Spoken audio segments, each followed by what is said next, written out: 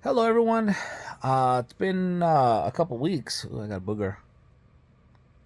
Got it. It's not for a lack of not meaning to do it because I did. It's just life, But to all few of you that watch these videos when they come up on your news feed, Jesus Christ, on your YouTube feed, I appreciate y'all. Um, Again, I'm not doing this for views, but more to document.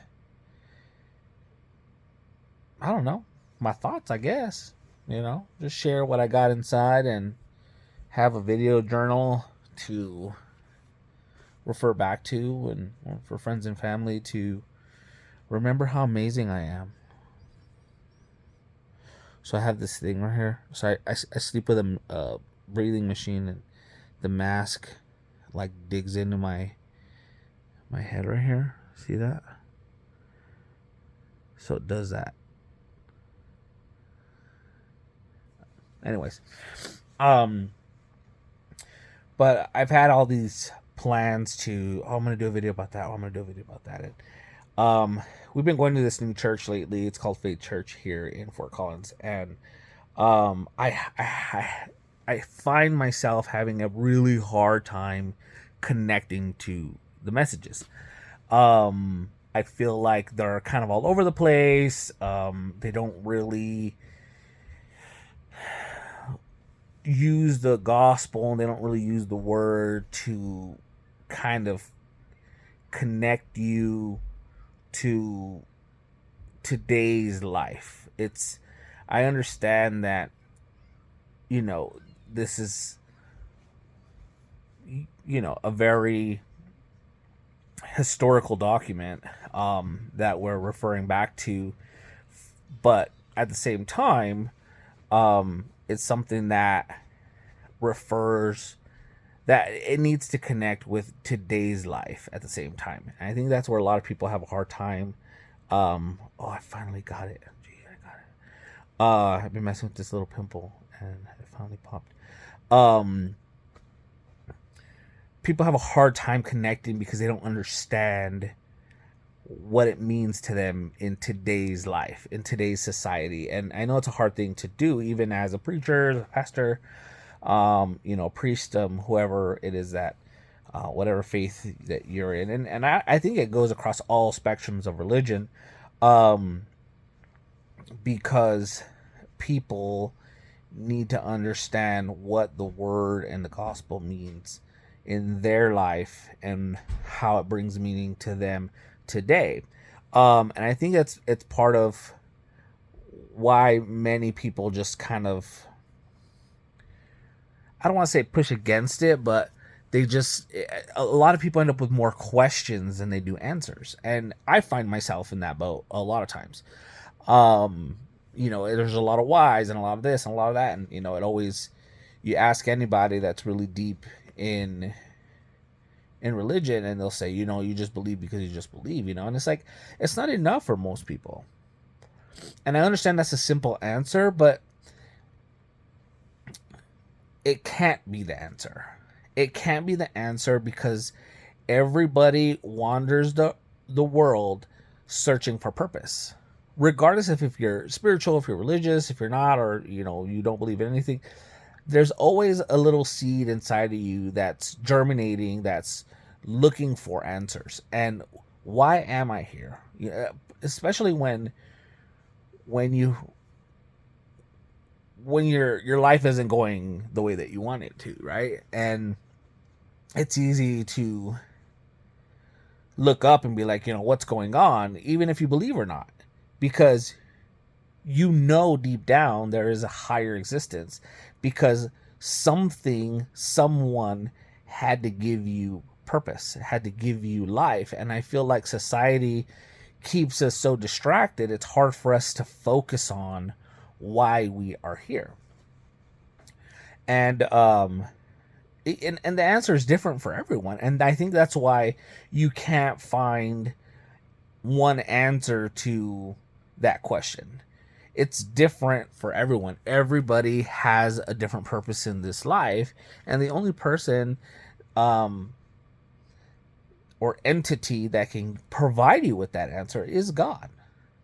You can't ask another person who is on their mission to answer or give you an answer to that question for your life's mission. You have to connect with God on a deeper level so that he can share that purpose and that mission with you. And we're here, things are going to happen, we're going to make mistakes, we're not perfect. One of the biggest factors into this process is that you have to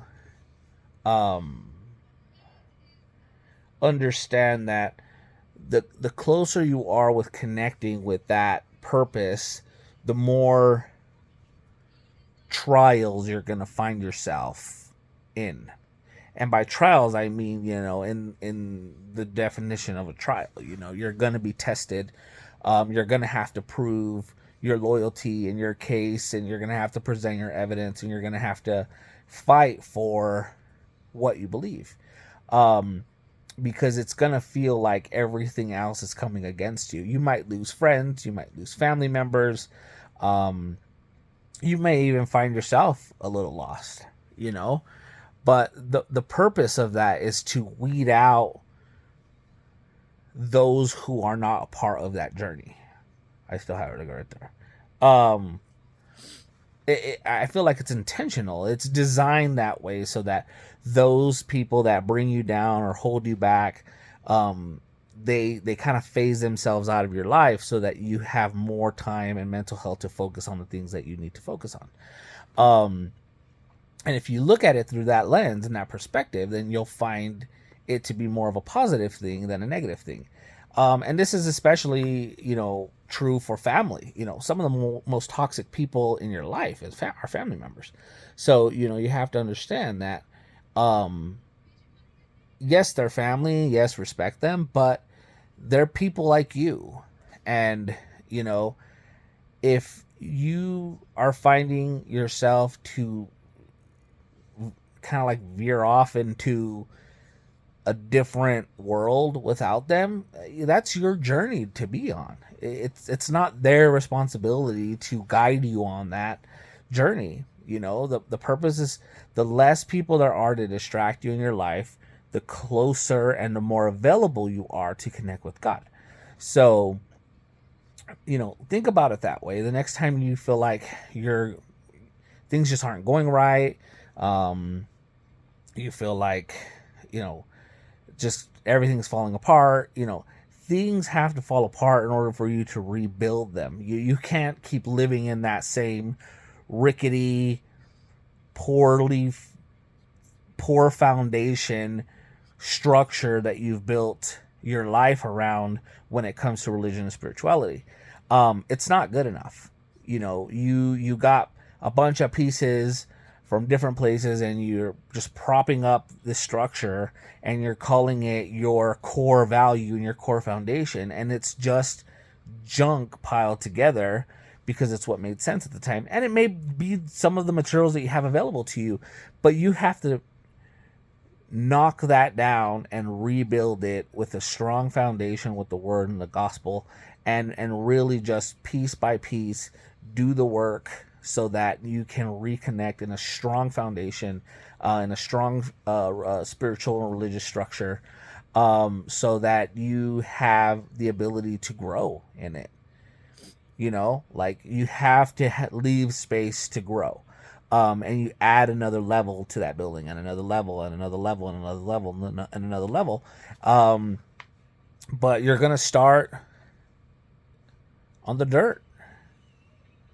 And you're going to, frame it. You're going to clear the dirt. And you're going to frame it. And you're going to pour your foundation. And you're going to let it cure. And you're going to do those things. And it's going to take time. It's not going to happen overnight. But here's the thing. The more people you have that connect with you on that spiritual journey are also going to be available to help you build that structure, because they themselves may be well ahead of you, and they may be in a position to support you and help you and guide you so that you can be on a better path. And God is always going to test your faith. He's always going to make sure that you're still with him, that even through hard times that you're going to look to him for guidance and support as opposed to looking elsewhere. He has to be that in your life in order to guide you to your blessings and everything that he has planned for you. It has to be your choice. He's not going to force you to do it. It has to be your choice at the end of the day. Yes, he will get louder, and he will get louder, and he will get louder, and he will get louder in your life.